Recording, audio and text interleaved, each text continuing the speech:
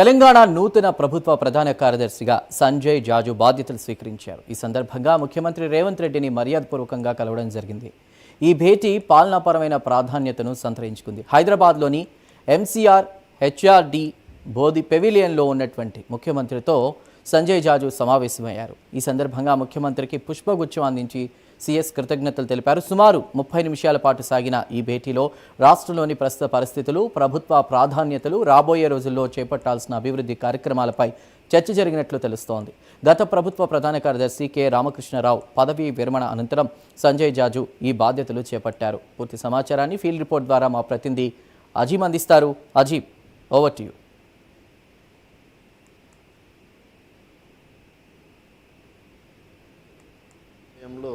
నూతన సీఎస్గా ఏదైతే బాధ్యతలు తీసుకున్నారో, అయితే బాధ్యతలు తీసుకునే ముందు కూడా ఏదైతే ఎంసీఆర్ హెచ్ఆర్డీసీలో బోధి పెవిలియన్లో సీఎం రేవంత్ రెడ్డిని కలిసి మర్యాదపూర్వకంగా కలిసి రావడం కూడా జరిగింది. ఈ సందర్భంలో పదవి విరమణ తీసుకున్నటువంటి కె రామకృష్ణారావు మాజీ సీఎస్ కూడా అక్కడే ఉన్నారు. సో ఈ నేపథ్యంలో సీఎం రేవంత్ రెడ్డి అలాగే సంజయ్ జాజు మాజీ సీఎస్ ప్రస్తుతం ఏదైతే సీఎం సలహాదారుగా నియామకమైనటువంటి కె రామకృష్ణరావు ముగ్గురు కూడా ఏదైతే భేటీ అయ్యారు. ఈ భేటీలో కూడా పరిపాలనకు సంబంధించిన అంశాలు కూడా చర్చించినట్టు కూడా మనకు తెలుస్తుంది. సో ఈ నేపథ్యంలో అటు సీఎం రేవంత్ రెడ్డిని మర్యాదపూర్వకంగా కలిసిన తర్వాత సెక్రటరీకి 2 గంటల 15 నిమిషాలకు వచ్చినటువంటి సంజయ్ జాజు ఏదైతే సీఎస్గా బాధ్యతలు తీసుకోవడం జరిగింది. సో సెక్రటేరియట్లో ఉన్నటువంటి ప్రధాన కార్యదర్శులు అందరూ వచ్చి కూడా ఏదైతే రామకృష్ణరావుకి అభినందనలు తెలిపారు. అలాగే వీడ్కోలు కూడా కె రామకృష్ణరావు కూడా ఘనంగా వీడ్కోలు కూడా పలకడం కూడా జరిగింది. సో మనం సంజయ్ జాజు గురించి చూసుకున్నట్టయితే 1992 బ్యాచ్కి సంబంధించినటువంటి సంజయ్ జాజు తెలంగాణ క్యాడర్కి సంబంధించినటువంటి ఐఏఎస్. అయితే 2014లో ఏదైతే సెంట్రల్ సర్వీసెస్కి వెళ్ళారు, సెంట్రల్ సర్వీస్లో సుమారు 12 సంవత్సరాల పాటు కూడా వివిధ హోదాల్లో అక్కడ బాధ్యతలు నిర్వహించారు.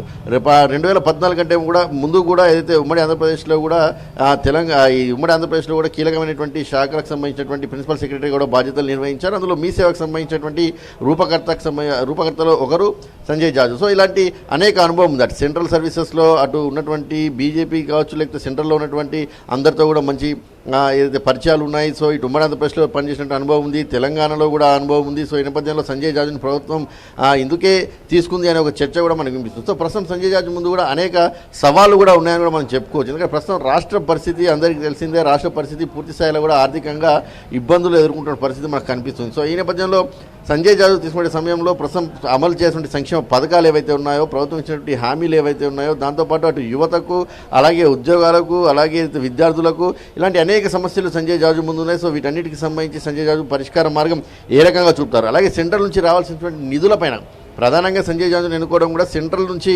రావాల్సిన నిధులకు సంబంధించిన అంశంపై కూడా ఏదైతే మంచి సయోధ్య ఉన్నటువంటి మంచి రిలేషన్షిప్ ఉన్నటువంటి వ్యక్తిని సీఎస్గా నియమించినట్టయితే సెంట్రల్ నుంచి కూడా మాట్లాడడానికి కావచ్చు, తన పరిచయాలు కావచ్చు, ఏదైతే రాష్ట్ర అభివృద్ధికి కూడా ఉపయోగపడతాయి. సో ఈ నేపథ్యంలో అనేక ప్రాజెక్ట్స్ సంబంధించినటువంటి నిధులు పెండింగ్లో ఉన్నాయి, రావాల్సి ఉంది. ప్రస్తుతం మనం చూస్తున్నట్టయితే మెట్రోకి సంబంధించినటువంటి నిధులు కూడా పెండింగ్లో ఉన్నాయి, ఇరిగేషన్కి సంబంధించిన నిధులు పెండింగ్లో ఉన్నాయి, అలాగే వీబీ రామ్జీకి సంబంధించిన నిధులు, ఇలా అనేక నిధులు కూడా సెంట్రల్లో పెండింగ్లో ఉన్నాయి. సో ఒక మంచి వ్యక్తి ఏదైతే సెంట్రల్ సర్వీసెస్లో ఉన్నటువంటి వ్యక్తి, అటు సెంట్రల్లో ఉన్నటువంటి వారి పరిచయాలు ఉన్నటువంటి వ్యక్తిని తీసుకొచ్చినట్టయితే ఖచ్చితంగా వీటన్నింటినీ అధిగమించవచ్చు, రాష్ట్రాన్ని మరింత ముందుకు తీసుకుపోవడంలో కూడా సక్సెస్ అవుతాము. ఏదైతే అమలు చేయాల్సిన పథకాల విషయంలో కూడా కొంత మెరుగ్గా అమలు చేయొచ్చు. ఇంకా ప్రభుత్వం చేయాల్సినటువంటి పథకాలు, అమలు చేసిన పథకాలు ఏమైతే ఉన్నాయో అన్నింటినీ కూడా అమలు చేసేటువంటి ప్రక్రియ కూడా ఉంటుంది. కాబట్టి సంజయ్ జాజుని ఇందుకోసమే సెలెక్ట్ చేశారని కూడా ఏదైతే మనకు తెలుస్తున్నటువంటి నేపథ్యంలో మరి సంజయ్ జాజు ప్రభుత్వం అంచనాలకు అందుకుంటారా, ఏ రకంగా సంజయ్ జాజుకు సంబంధించిన పరిపాలన ఉంటుంది, ఏ రకంగా నిర్ణయాలు తీసుకుంటారు, ఇటు ఉద్యోగుల విషయంలో కావచ్చు, అటు స్కూల్కి సంబంధించిన విషయం కావచ్చు, అటు నిరుద్యోగులకు సంబంధించిన విషయం కావచ్చు, అలాగే ప్రభుత్వం అమలు చేసిన సంక్షేమ పథకాల విషయంలో కావచ్చు,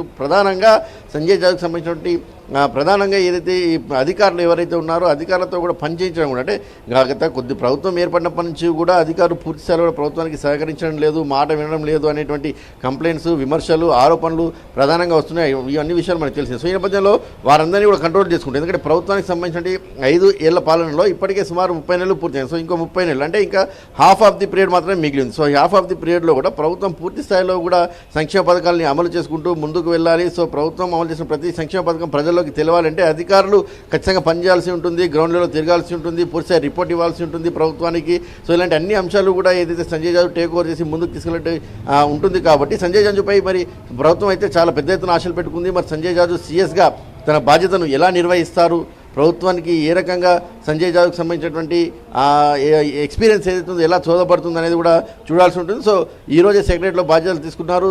అలాగే మనం చూసుకుంటే జూలై 2వ తారీఖు మొదటి కేబినెట్ సమావేశం కూడా జరగబోతుంది. మరి మొదటి కేబినెట్ సమావేశంలో ప్రభుత్వం ఎలాంటి నిర్ణయాలు తీసుకోబోతుంది, దాంట్లో సీఎస్గా తన పాత్ర ఎలా ఉండబోతుంది, ఇలాంటి అనేక అంశాలు కూడా మనం చూడాల్సి ఉంటుంది. Chandu. Right Azeem, thank you for the report.